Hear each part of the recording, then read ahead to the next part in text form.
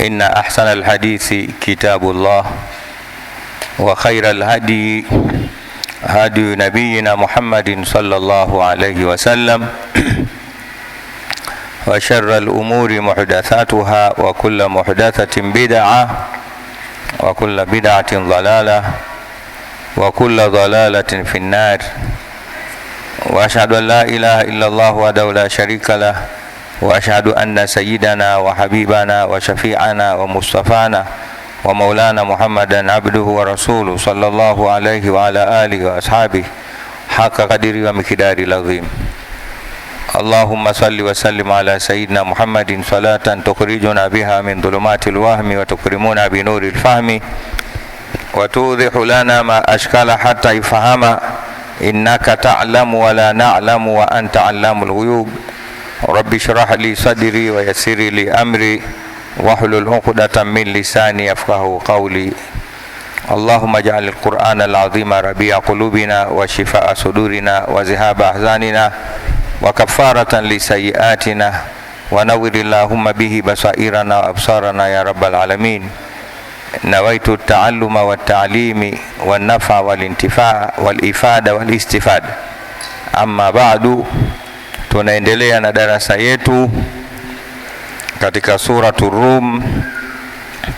Leo tutaondekea aya ya 7 aya ya 7 tuliiona jana, inaitwa suratul Rum, na tukaeleza historia kidogo ya aya kuanzia ghulibatir Rum fi adna al-ardi wa hum min ba'di ghalbihim sayaghlibun.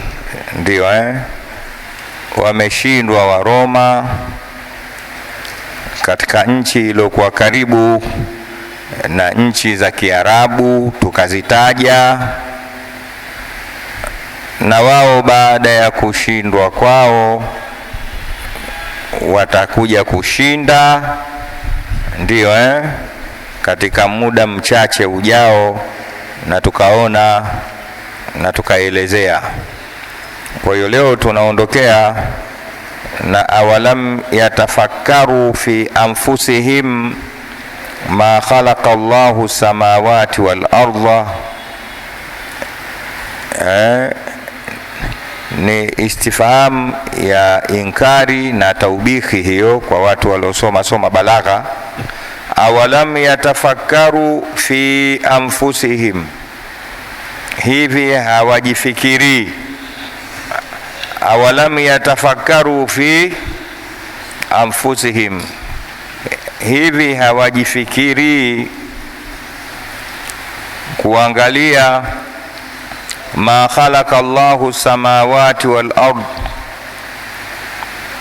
alichokiumba Mwenyezi Mungu katika mbingu na ardhini, wama bainahuma, na vilivyomo kati ya mbingu na ardhi, kwamba Mwenyezi Mungu hakuumba hayo illa bilhaqi, isipokuwa kwa haki. Hawajifikiri wakatizama kwamba Mwenyezi Mungu Subhanahu wa Ta'ala hakuumba mbingu na ardhi na vilivyomo kati ya mbingu na ardhi isipokuwa kwa haki, wa ajali musamma, na muda maalumu uliowekwa. Tutakuja kueleza wa inna kathiran minan nasi, na hakika wengi katika watu, biliqa'i rabbihim lakafirun, ni wenye kukanusha mkutano wa kukutana na Mola wao. Watu wengi sana bado hawajakubali kwamba iko siku watakutana na Mola wao, kwa namna tunavyowaona wanavyoishi hapa ulimwenguni. Tutaeleza. Awalam yasiru fil ardi, hawatembei duniani, fayanzuru, ili wapate kuona, kaifa kana akhibatu alladhina min qablihim, vipi ulikuwa mwisho wa wale waliokuwa kabla yao. Kanu walikuwa hao waliokuwa kabla yao, ashadda minhum quwwa, ni wenye nguvu zaidi kuliko wao, wa atharu al-ardha, na wakailima ardhi, wa amaruha, na wakaistawisha ardhi, akthara mimma amaruha, zaidi walivyoistawisha wao hawa wa sasa. Wajaatuhum rusuluhum, na kuna qiraa wajaatuhum rusuluhum cha Abi Amri, unaweza kusema wajaatuhum rusu kwa dhumma yasini, na wajaatuhum rus kwa sakini yasini, wasomaji Qur'ani. Wajaatuhum rusuluhum bilbayinati, na wakawaletea mitume yao hoja za waziwazi. Be ya taadia, tutaeleza. Fama kana Allahu liyadhulimahum, hakuwa Mwenyezi Mungu ni wenye kuwadhulumu, walakin kanu anfusahum yadhlimun, lakini walikuwa ni wenye kujidhulumu wenyewe. Thumma kana aqibata au thumma kana aqibatu, inategemea misafu imeandikwa aqibata au aqibatu, aqibata basi unaweza kusema wakana aqibatu kama tutakavyoeleza. Thumma kana aqibata alladhina asau su'a, kisha ukawa mwisho wale waliofanya ubaya, ankadhabu biayati llah, kuzikadhibisha aya za Mungu, wakanu biha yastahziuna, na wakawa kwa aya hizo ni wenye kuzicheza shere. Tutasoma mpaka hapo tu kwa sababu ya wakati, na leo kuna mvua. Jana tunaanza kusoma na kueleza sasa, tuwe makini. Tulisoma kisa katika mwanzo wa sura yetu ya kushindwa kwa taifa la Waroma, kushindwa na wale Waajemi, yani Wafursi. Kama tulivyoona, Waroma ni ahlul kitab. Tukisema ahlul kitab tunamaanisha ni watu walioamini kitabu cha Injili kilicholetwa kikamfikia Nabii Allah Isa ibn Maryam. Manaswara wao waliamini kitabu cha Injili, kama Mayahudi walivyoamini Taurati. Kwa hiyo ikisemwa ahlul kitab, wanakusudiwa hawa Mayahudi na Manaswara, na wengine wakawatia na watu wa Nabii Allah Daudi, kwa sababu wao waliamini kitabu kinaitwa Zabur. Vitabu kutoka mbinguni vilivyokuja ni vingapi? 4 tu, At-Taurat wal Injil wal Zabur wal Furqan au wal Quran au At-Tibyan. Qurani na majina mengi inaweza kuita Tibyanu, inaweza kuita Furqan, inaweza kuita Burhan, inaweza kuita Quran na kuendelea. Kwa vitabu vilivyokuja ni vingapi? 4.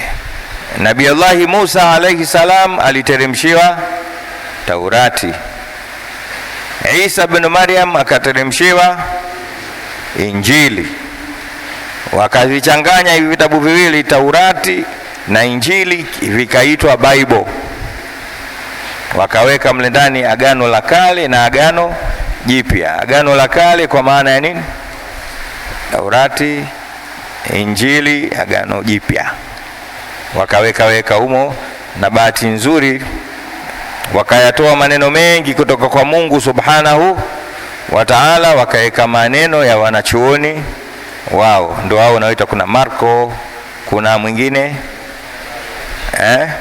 Luka, mwingine Matayo, mwingine Yohana, mwingine Barnaba. Wakatoa majina ya Mungu, maaya ya Mungu yale, wakaweka maneno watu ndo kitu kinaitwa kisheria at-tahrif. Tahrif ni ile kuichakatua au kuvichakatua vitabu vya asili vikawa hivi vilivyo sasa. Sawa, kitu ambacho Qur'ani imekataa.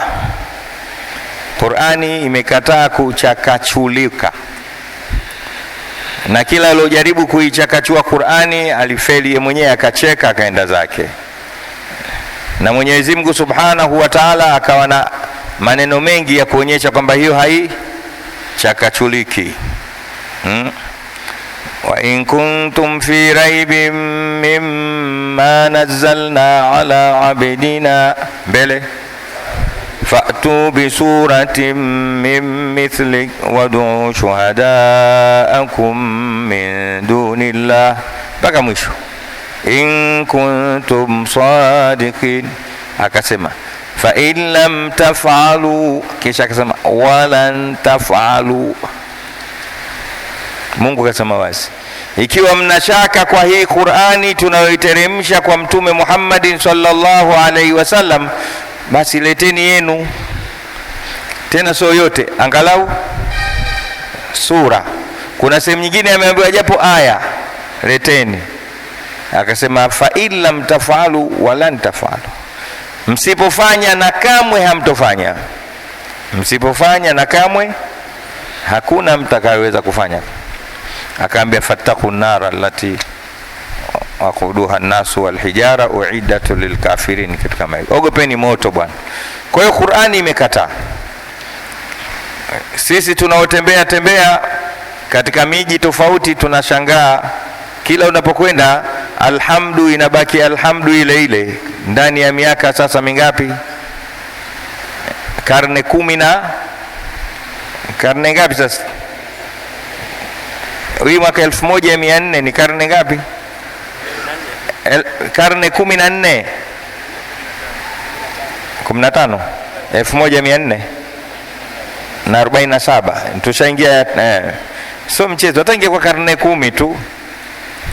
Ndani ya Qur'ani hakuna zilipendwa kwamba aya hii ya zamani kila siku inna a'tainaka al-kauthar, hii zilipendwa, hii tulete inna nyingine ya mpya. Yani inabaki inna a'tainaka, kila ukisikia utadhani inashuka sasa. Cha ajabu, inna a'tainaka hiyo ndio hiyo kila sehemu. Ukienda China, si wale wanasema Kichina hawana ya inna a'tainaka, hiyo inna a'tainaka. Tunao ndugu zetu wakina Mursalina hawa Warangi lugha yao ina re nyingi, lakini yani ukitaka kujua Kirangi kwanza kahifadhi re, lakini inabaki inapoinaka ile. Sawa, Qur'ani imekataa. Mwenyezi Mungu akasema inna nahnu nazzalna dhikra wa inna lahu, sisi tunaiteremsha Qur'ani. Adhikru hapa ni katika majina ya Qur'ani. Moja katika majina ya Qur'ani nini? Adhikru, an-nur, al-kitab. Anasema sisi tunaiteremsha Qur'ani wa inna lahu lahafidhun, na sisi tutaihifadhi, na sisi Kwa hiyo Mungu ameiteremsha Qur'ani na amehifadhi. Tena leo niwaambie kitu kizuri kidogo. Sisi kikubwa tunachotakiwa tuisome Qur'ani, tuijue, kisha tuitumie. Tufanyaje? Tuitumie. Juhudi zetu sisi ziwe katika kuisoma Qur'ani na kuijua vizuri na kuitumia. Habari ya kuhifadhi mwachie mwenyewe Mungu, wala usitumie juhudi kubwa katika kuhifadhi Qur'ani. Nasema kidogo dogo hapo.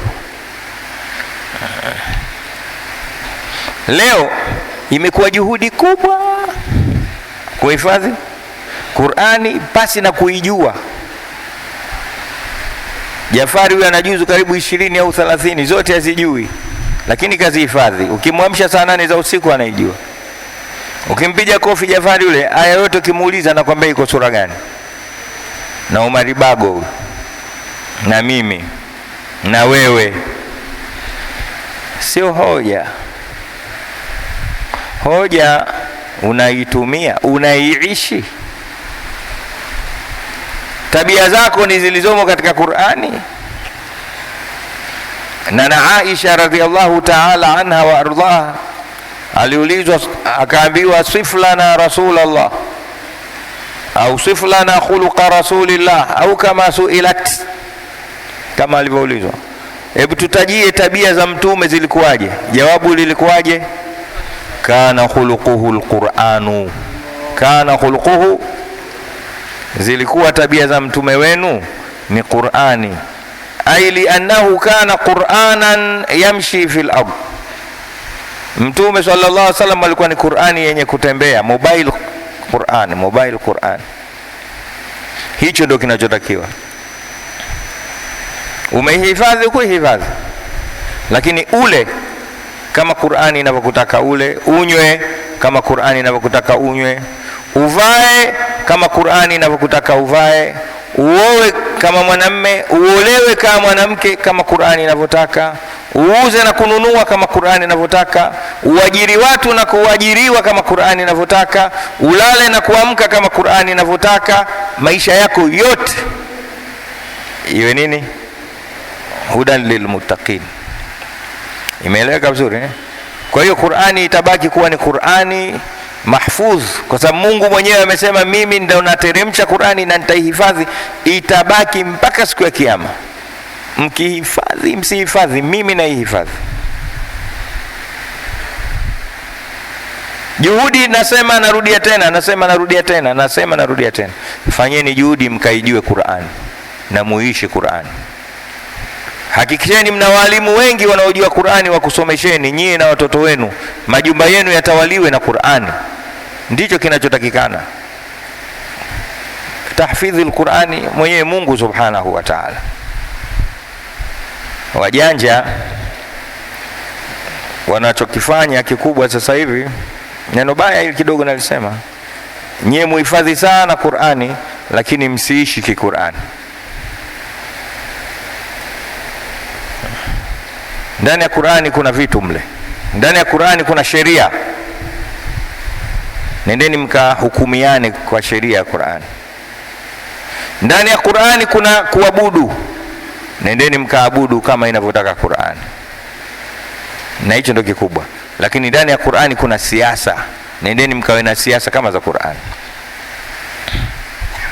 Maisha yenu yote we Alif Lam Mim dhalikal kitabu la raiba fihi hudan lil muttaqin alladhina yu'minuna bil ghaibi wa yuqimuna as-salata wa mimma razaqnahum yunfiqun. Aya, namaliza kipengele hicho kwamba Qur'ani ni kitabu miongoni mwa vile vitabu vingapi? 4, kilichokataa kuchakachulika, kilichokataa. Lakini vingine vyote vimekaribia kuwa havipo, bali kuna maneno ya watu. Kuna maneno ya Mathayo, maneno ya Marko, kuna maneno ya Barnaba, kuna maneno ya Luka, kuna maneno, lakini maneno ya Allah yamebaki katika Qur'ani. Wakitaka mkitaka, wakikataa mkikataa, ndio hivyo hivyo. Na mwenyewe kasema vitabu vyote vinavyoandikwa, hata mimi naandika sana vitabu, lakini mwisho nasema wa intajib aiban fasudda al-khalala fajalla man la aiba fihi wa ala. Yani naandika kitabu changu hichi kama mwanadamu, kuna makosa, ukiyakuta makosa humu ni sitiri, kwa sababu asiyokosea ni Mungu peke yake. Vitabu vyote, magazeti yote yanaandikwa hivyo, lakini kitabu cha Qur'ani Mungu hakusema mkikuta aibu, kasema dhalikal kitabu la raiba fihi, ubingwa kabisa, kitabu hakina makosa. Msalini Mtume Muhammad basi. Lakini cha ajabu anasema kitabu hakina makosa, hichi kitabu hakina shaka. Sisi tuloletewa ndo tuna mashaka nacho, tunakitia makosa sisi, wajinga kabisa. Mmenielewa sijui au mjielewa?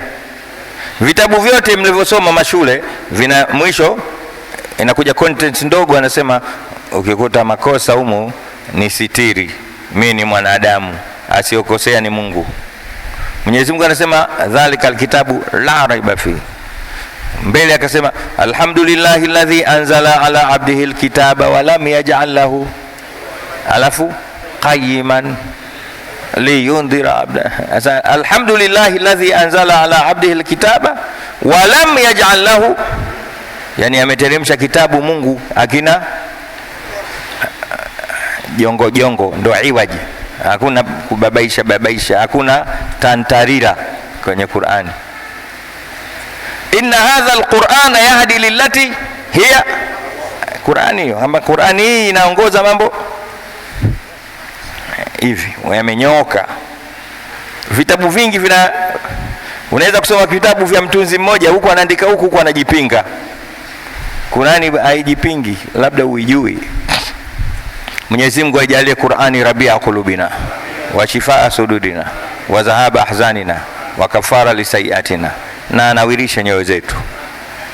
Mtume Muhammad sallallahu alaihi wasallam katika hilo anasema idha kana hadha alquran fi ihabin, idha kana hadha alquran fi ihabi, ikiwa hii Qur'ani yote imeandikwa katika kigozi, ihab ni kigozi, thumma uhturikat mahtarakat, kisha kigozi kile kikatiwa kwenye moto ili kiunguzwe, hakitowaka. Ingekuwa mitani ingesema dada deki, lakini sisemi.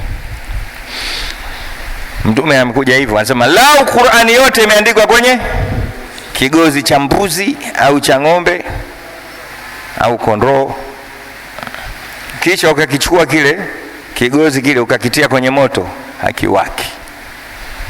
Kuna wajinga walifanya hivyo. Walifaje?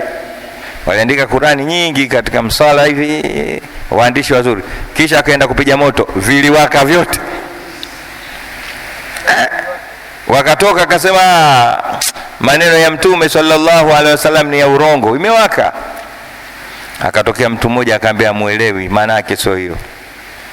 Ukitaka ulione zoezi hilo halifanikiwi la kuchoma Qur'ani iliyoandikwa kwenye kigozi, anza zoezi la kutafuta kila ilipoandikwa Qur'ani, futa dunia nzima, tembea na kila aliyohifadhi Qur'ani, hata Walidi al-Hadi muue, mtoto mdogo mkubwa, nenda kafute Qur'ani yote Dar es Salaam na wote waliohifadhi Qur'ani wadaa, mikoa 27 ya Tanzania, mikoa mingapi ya Kenya, dunia nzima, hakikisha hakuna Qur'ani iliyoandikwa popote, kisha baki na Qur'ani yako katika iongozi. Hapo ndo utamuona Mungu nani. Yani ibaki hiyo tu, ikibaki hiyo tu haitowaka. Lakini ikiwa utachoma hii, mimi ninayo, si iko huko bado. Inna nahnu nazzalna dhikra wa inna lahu na mwenye kaisifu Qur'ani shifaa linnas nur, jaakum minallahi nurun wa kitabun mubin, kitabu cha wazi. Lakini cha ajabu bwana, tunayo Qur'ani tuna njaa, tunayo Qur'ani tunaumwa, tunayo Qur'ani tunagombana, hatuelewani, tunayo Qur'ani tunateswa na kuteseka.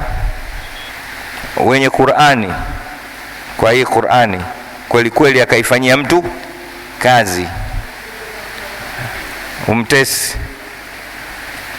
fa idha qara'ta alqur'ana ja'alna bainaka wa baina alladhina la yu'minuna bil akhirati hijaban mastura.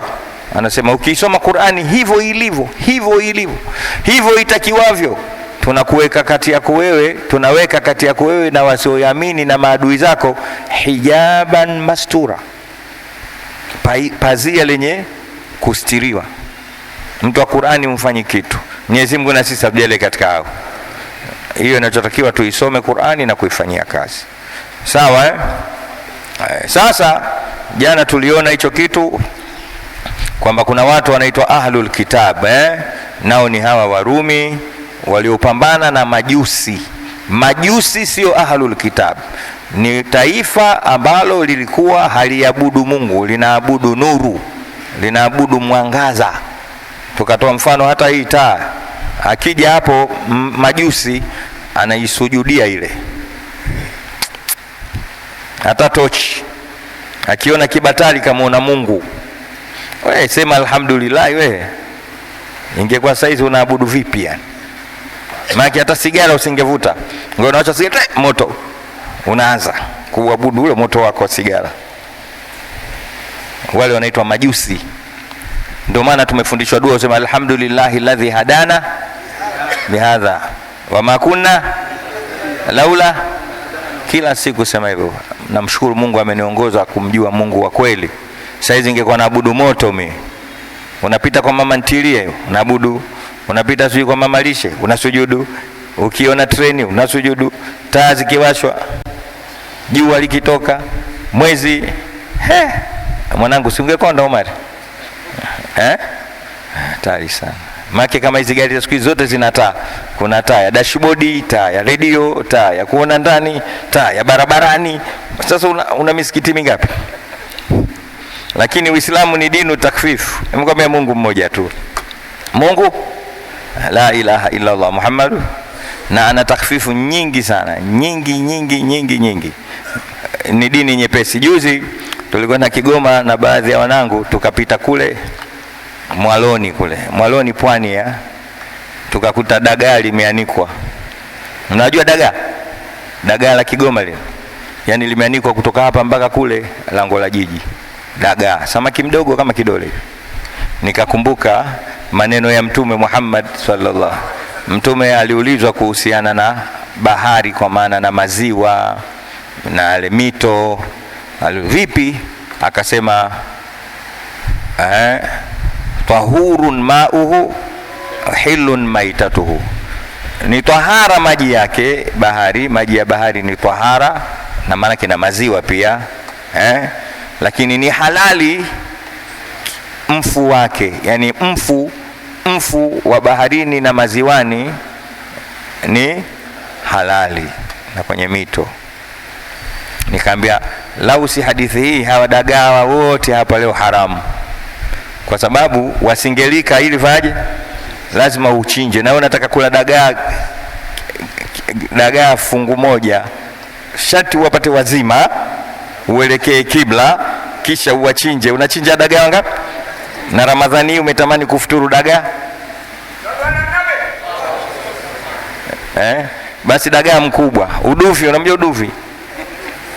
Mduvi kile kiponzi kiduchu kama kucha hivi, kichwa chake utakiona na shingo yake ilipo. Sasa utamchinja na panga na kiwembe au na kitu gani? Huo ndio Uislamu kama utaki kuujua.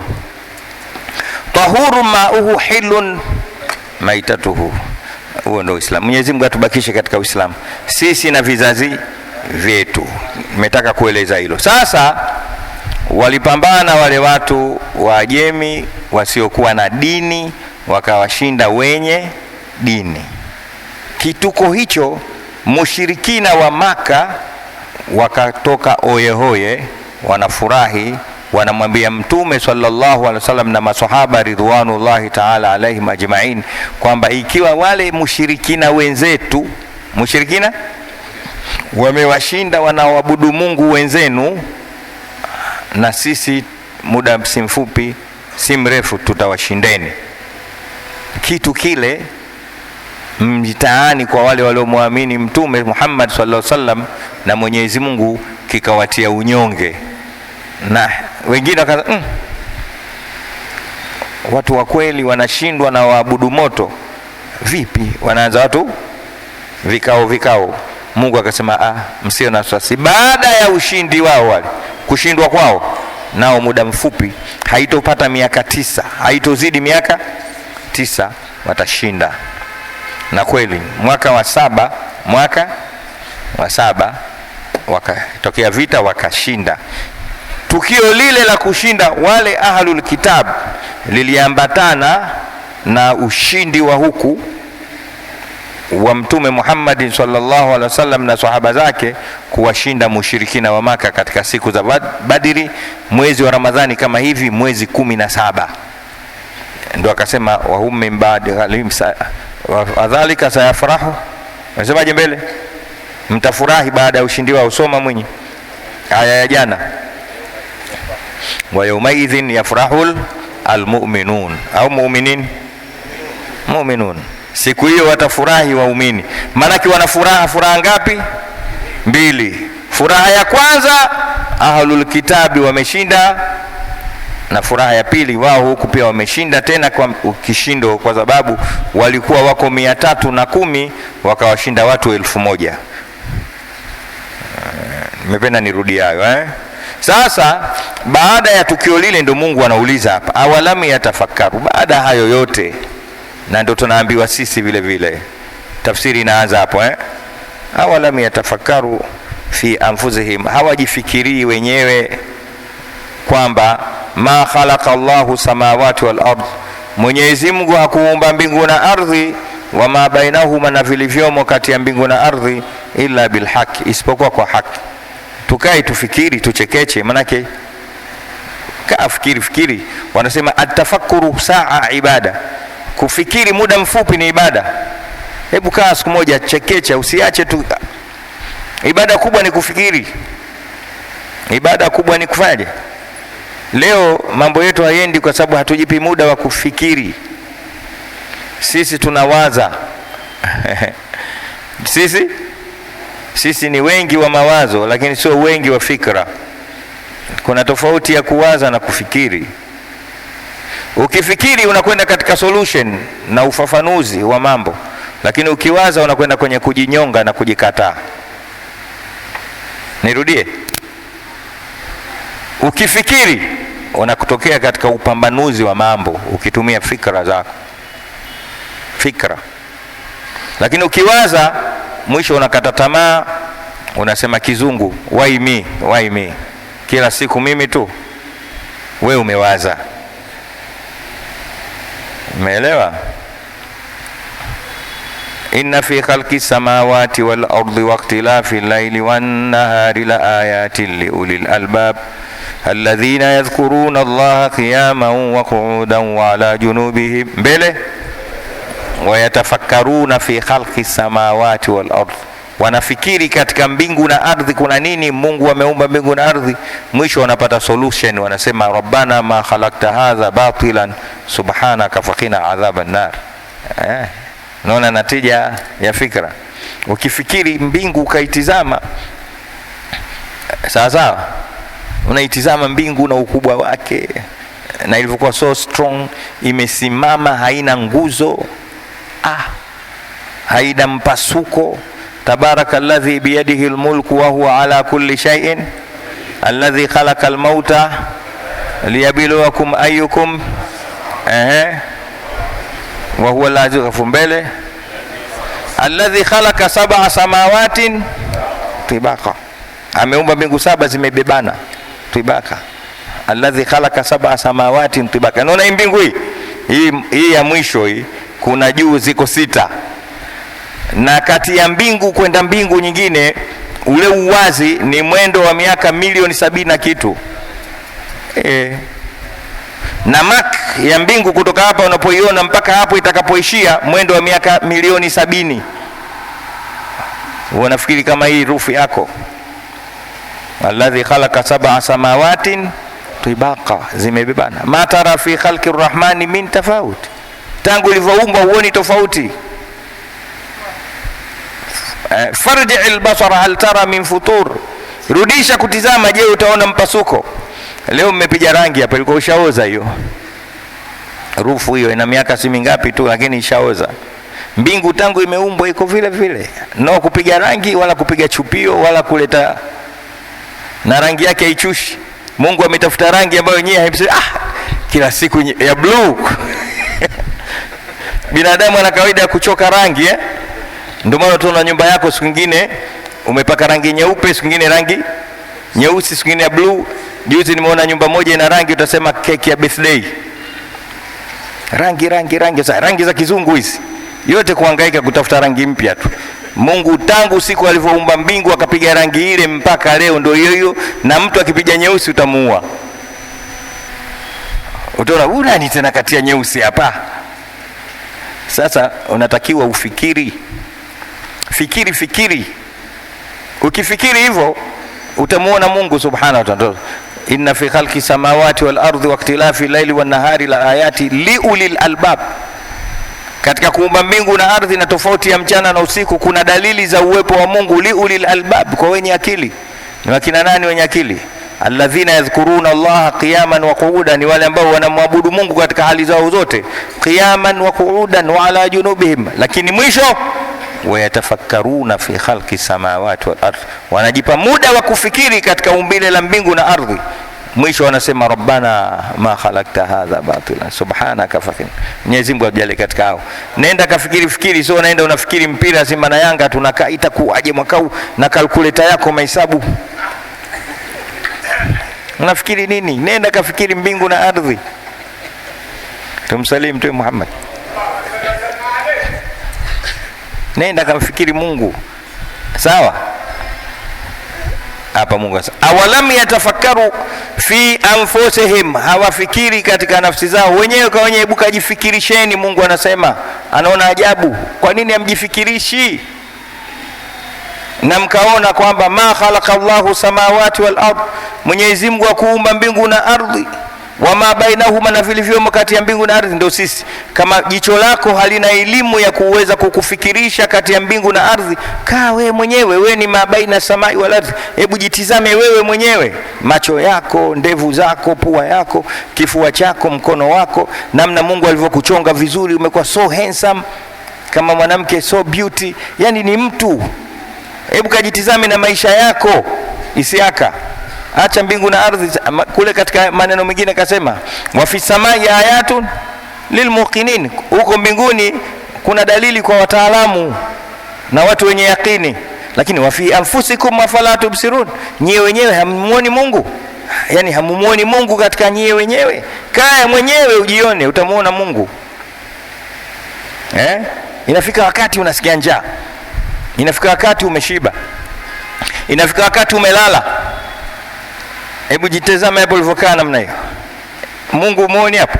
Yani umejitight hivi. Yani hiyo ni staili ya kujipiga jeki, wendi huku wala huku umekana. Mungu huyo. Allahu akbar. Ndio wa fi anfusikum, ndio wama bainahuma. Jitizame na wewe. Jitizame. Ulikuwa na nywele nyeusi zimekwenda Jafari za nywele nyeupe. Nani kazipaka rangi nyeupe? Na wote hakuna mtu mwenye mvi nyeusi. Mvi zote ni nyeupe. Waswahili nywele zao zote ni nyeusi, wazungu nywele zao zote njano. Usimeleweka. Sasa katika zile zinazoitwa nywele, kuna nywele kipilipili, kuna nywele singa, kuna nywele kinyoronyoro, kuna nywele hata ukiichana vipi haichaniki. Ipake mafuta atakavyoipaka imekunja tu. Sawa? Mimi najinyoa mwenyewe mara moja ndio naenda salon, kwa sababu mimi ukininyoa nywele zote uzipati, zinapeperuka kama unga, hazikai chini nywele. Allahu akbar. Wewe alikuweka nyusi hapa nani? Hebu sasa nenda kazitoe hizo kama jiwe.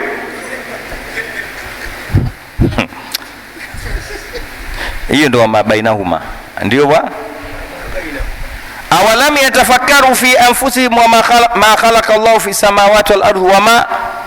Kajitizame wewe wakati wewe uko baina samai wal ardhi. Lakini nenda katizame mengine alikuwa kati ya ardhi. Mwenyezi Mungu atujalie fikra bora.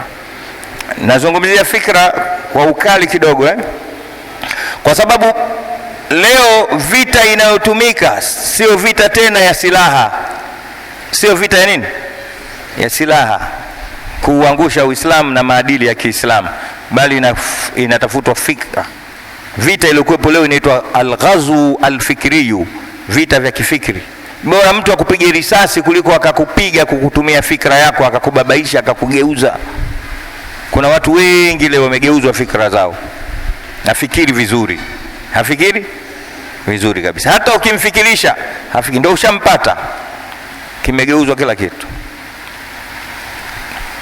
Maswahaba wa Mtume Muhammad sallallahu alaihi wasallam walikuwa wana uradi na wajibu wa kuitana mara kwa mara juu ya kufikiri. Mwambia taalu natafakaru sa'atan, taalu natafakar, jamani njooni tupate muda wa kufikiri japo kidogo. Wanahudhurisha jambo fulani la kijamii, kisha wanakaa wanachangia fikra juu ya lile, fikra salim, alfikru mustaqim, wanapata kitu wanakwenda. Na ndio maana dini ikafika mpaka leo. Dini hii imefika huku kwa sababu ya fikra za kiswahaba. Hawakuwa na kompyuta, hawakuwa na simu, hawakuwa na ndege, hawakuwa na wino, hawakuwa na chochote, lakini walikuwa wana afkaru mustaqima. Vipi sasa wapeleke dini huku? Wakafikiri vyema, dini ikatufikia. Leo sisi wenye fikra mgando tumeletewa kitu kinaitwa smartphone. Nini? Inaitwa simu janja. Simu janja ndio smartphone. Kwa hiyo sisi wote tumeshindwa ujanja na simu. Nitizameni, msiogope. Wote sisi tumeshindwa ujanja na simu zetu. Fikra zetu zote leo zipo kwenye simu. Mtu akiamka asubuhi baada ya kushika Qur'ani ili aifikiri leomo, leo Tindulisu vipi leo? Tindulisu yeye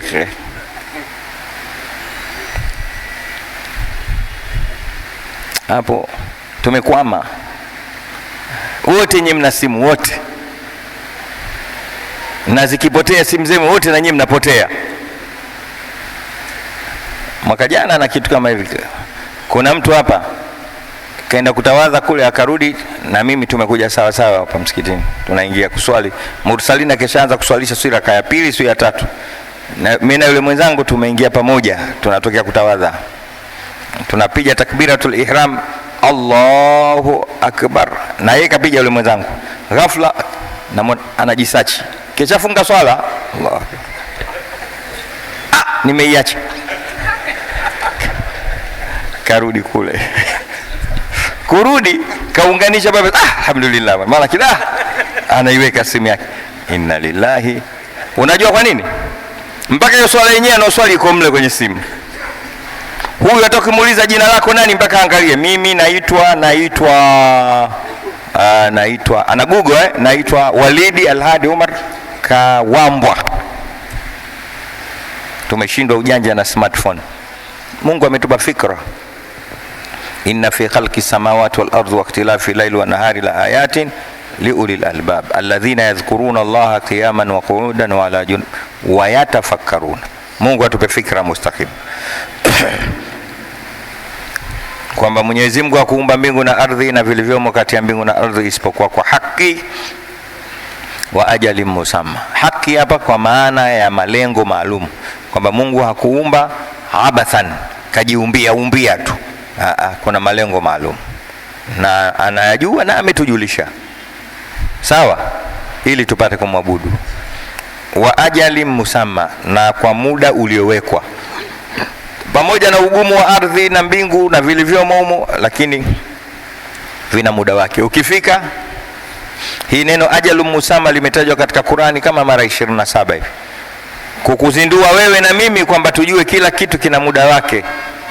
Using'ang'anize kila kitu, ukishafika huo muda kile kitu hakipo.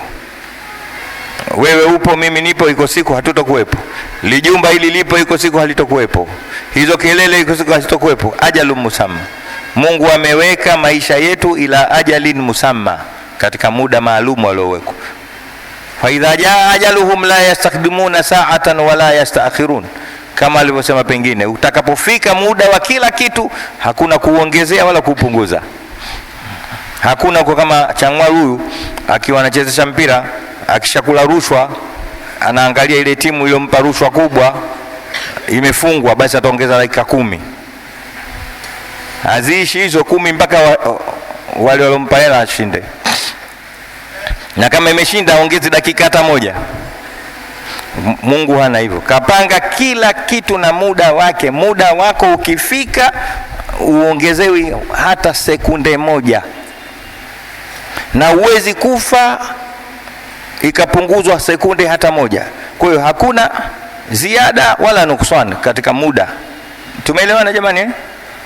Hata ukisikia mtu kafa kwa kuuliwa, muda wake ulifika. Ile ni sababu tu.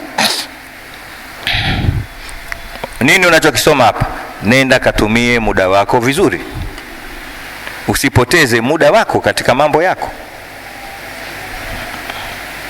Leo balaa tulokuwa nalo, tunapoteza muda.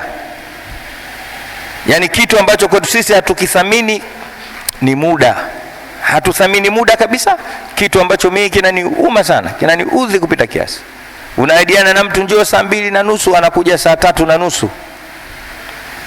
Tutakaa hapa tunasoma darasa yetu mpaka saa 11:30, tutasoma mpaka saa 12. Hakuna. Usiuchezee muda wako na wala usichezee muda wa wenzio, kwa sababu hakuna badili ya muda. Hakuna, jamani, hakuna badala ya muda. Hakuna. Vitu vingine vyote unaweza kupata instead by that, kwamba hiki badala yake ni, lakini muda hakuna badali yake, kwamba nimeandikiwa niishi miaka 60, basi nitapewa 61 baadaye. Mwenyezi Mungu atujalie tuchunge vizuri muda wetu. Na ndio maana tunasema siku zote, moja katika nafaha alizotupa Mwenyezi Mungu ni muda wetu. Akatujazia vitu vingi kwa mapenzi tu, kwa tujua kwamba sisi hatuwezi kuchunga muda wetu, akatuletea mwezi wa Ramadhani.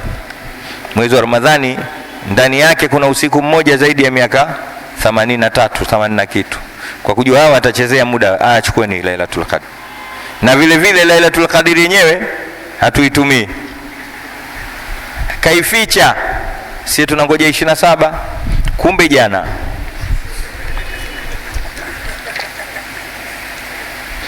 Umeona eh? Yani hii sasa umeingia darasani, mwalimu anakuambieni tutatoa mtihani kwenye kitabu hiki, nendeni mkatwalie huku. Tena kwenye kitabu hiki hizi karatasi 10 za mwisho, maswali yatatoka huku. Alafu unamuuliza mwalimu, kuanzia ukurasa wangapi mpaka wangapi? Wewe bwege, soma zote tu hizi. Likitokea swali limeangukia utapata. Sawa? Sisi tunangoja 27 jana. Na dalili ya Lailatul Qadr, ikipita Lailatul Qadr siku ya pili kuna mvua. Imekuja ijaje? Mliolala jana, Mwenyezi Mungu atuwekee Lailatul Qadr mbele. Tumeelewana? Haya, tunamaliza wa inna kathiran minan nasi biliqa'i rabbihim lakafirun, na hakika wengi katika watu ni wene kukanusha mkutano na Mola wao. Jamani, tutakuwa na mkutano na Mungu, tutakuwa na mkutano na, manake tutakutana na Mola wetu iwe itakavyokuwa. Mwisho wa siku sisi tutakutana na Mwenyezi Mungu kwa ajili ya kutuuliza na kutuhukumu. Mbaya sana hiyo, tunasahau. Sasa wa inna kathiran minan nas, watu wengi wachache sana ndio wanahakikisha kwamba iko siku tutakutana na Mola. Na ukitaka kumjua anayekubali kwamba iko siku atakutana na Mola wake, si mwingine ni yule ambaye kwamba anaishi kwa vile anavyotaka Mwenyezi Mungu Subhanahu wa Ta'ala. Anavifanya vyote ambavyo Mungu anavitaka na anaviepuka vile vyote ambavyo Mwenyezi Mungu havitaki. Kuswali, anaswali kila siku. Kila siku anaswali. Hangojei Ramadhani mpaka Ramadhani. Kila siku. Kwa sababu Mungu anamtaka mtu aswali masaa 24 ndani ya umri wake wote. Kwa mwaka mmoja apate swala 1800. Swala 1800. Uhakikishe umeswali swala za faradhi 1800 ndani ya miezi 12. Tena huo ni ule mwaka mfupi. Mwaka mrefu ni swala 1825. Usipofanya hivyo, wa inna kathira minan nasi biliqa'i rabbihim lakadhibun. Mmoja aliwahi kusema bora useme Mungu yupo kisha ukienda kule ikawa hujaonana naye, kuliko kusema hayupo kisha unamkuta anakungoja. Sisi tusiwe katika hawa wengi, bali tuwe katika wachache. Sawa sawa? Wachache ni wapi? Ni wale ambao kwamba wanahakikisha siku moja watakutana na Mola wao Subhanahu wa Ta'ala kwa ajili ya maswali. Sawa? Awalam yasiru fil ardi fayanduru kaifa kana akibatu alladhina, ndio kaifa kana akibatu alladhina min qablihim. Sasa hapa Mwenyezi Mungu anafungua mlango wa utalii, anafungua mlango wa ile wizara ya utalii imetokana na aya hizi, ziko nyingi. Afalam yasiru fasiru fil ardi, unatakiwa wewe utembee, usikae tu, tembea. Anzia kuwa na utalii wa ndani na utalii wa nje. Umezaliwa Dar es Salaam, lakini usibaki Dar es Salaam tu, nenda kaangalie Tanga kukoje, Iringa, Mbeya kukoje, Mwanza, Simiyu kukoje, Kilwa, Lindi, Mtwara kukoje, Zanzibar, Pemba kukoje, Songea. Weka hela siku moja za kwenda kusafiri ukaangalie maisha ya watu. Fasafir tagharabu anil awtani fi talabil ula fa fil asfari khamsu fawaid: tafarruju hammin wa iktisabu maisha wa ilmu wa adabu wa suhbatu majid. Safiri kidogo huko South Africa, kidogo huko Lusaka, huko Mozambiki, huko Dubai, unasikia sana Maka, Madina. Fasiru fil ardh, sawa. Kisiju, nenda kaangalia huko kwetu Kisiju. Imam Shafi anasema usiwe kama nini, kuwa kama maji.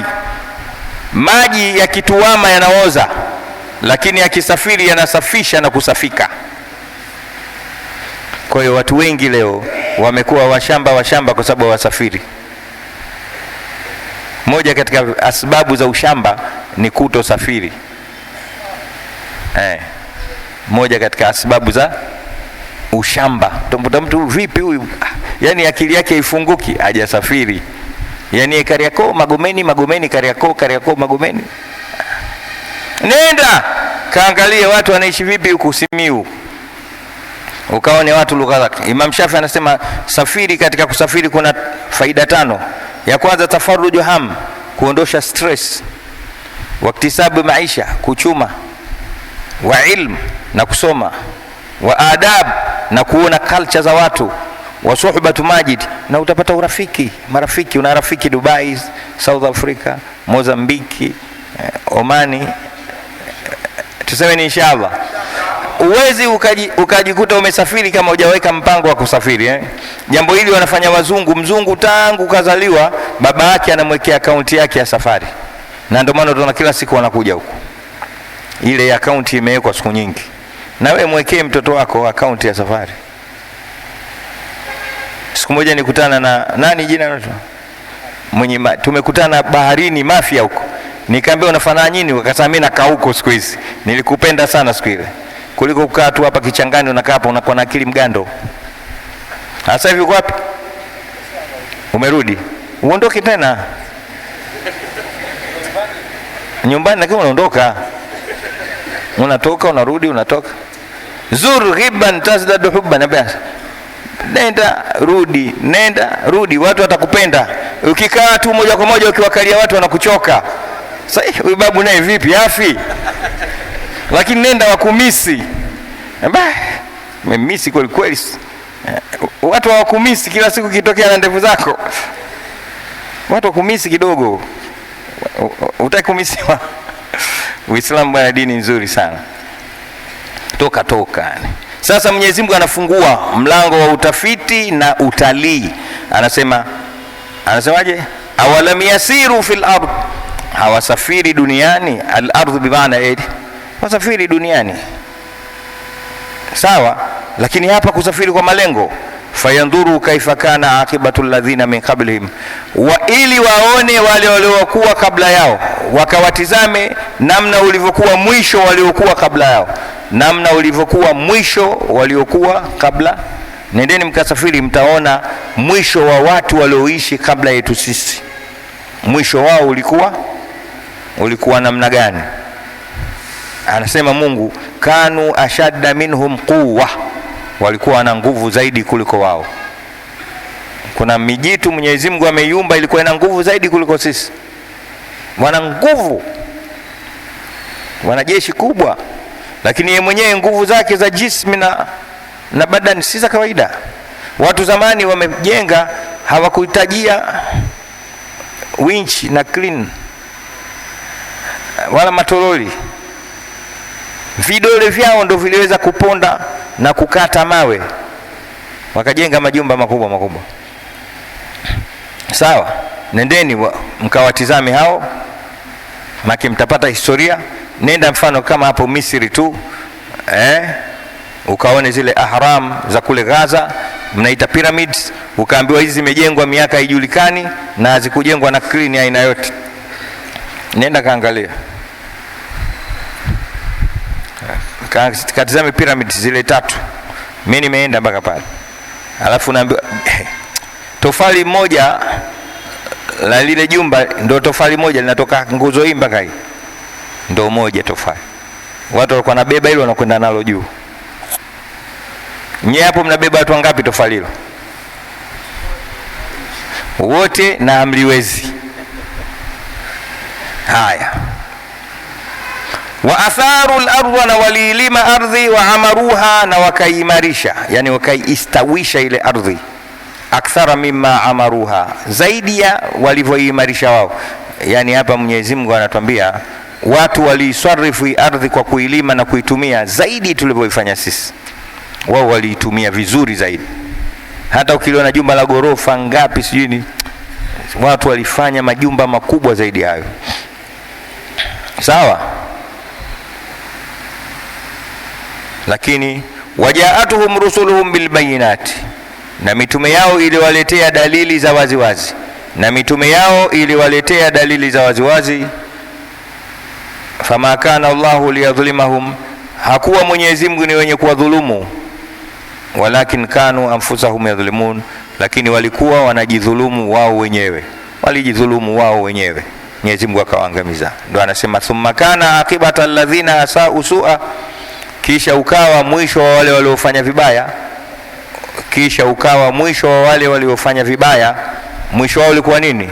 Ankadhabu biayati llah, kuzikadhibisha aya za Mwenyezi Mungu, wakamkufuru, wakanu biha yastahziun, na wakawa wanazicheza shere na kuzifanyia mzaha. Mwenyezi Mungu atukinge na hayo. Sisi tuzishike aya za Mwenyezi Mungu, tuende nazo. Wama arsalna min ayatin illa takhwifa. Mungu anasema hatuleti hizi aya isipokuwa kuwahofisha watu. Kwa hiyo tukhofike na aya za Mwenyezi Mungu Subhanahu wa Ta'ala, zituweke katika sehemu ambayo yeye Mungu anataka.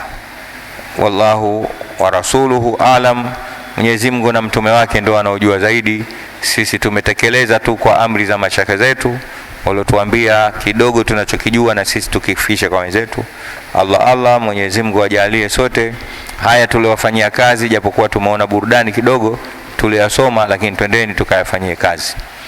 Rabbana anfa'na bima 'allamtana, Rabbi 'allimna alladhi yanfa'u, Rabbi fakina wa faki alana, wa karabatin lana fi dinina, ma alil kutri utha wa dhakar, Rabbi wafikna wa wafikum lima tartadhi qawlan wa fi'lan karama, warzuqin kulla halalan daima, wa akhilla atqiya ulama, نهض بالخير ونفى كل شر، ربنا أصلح لنا كله وأكرنا بالرضا منك العيون، واقض عنا ربنا كل الديون قبل أن تأتينا رسل المنون، وفر سر أنت كرم ستر، وصلاة الله تغشى المصطفى من إلى الحق دعانا والوفاء، بكتاب فيه للناس الشفاء، وعلى الآل الكرام شرفا، وعلى صاحب المسابيق الغرر، عالم سري وآفة، مستجيب الدعوة، Rabbi fahimna uluma birasulillah wahalul lana almushkila. Nawakumbusha mkija msikitini msisahau kutia nia ya itikafu. Msisahau kutia nia ya itikafu. Moja katika faida hizo, yani ukiingia tu pale msikitini sema nimekusudia kukaa itikafu. Hivyo hivyo tu ndani ya moyo wako pitisha. Itikafu sio dua Kuna watu wengi wanajua itikafu ni kama nitakusomea itikafu. Itikafu ni kubaki msikitini. Hakuna kumsomea mtu itikafu.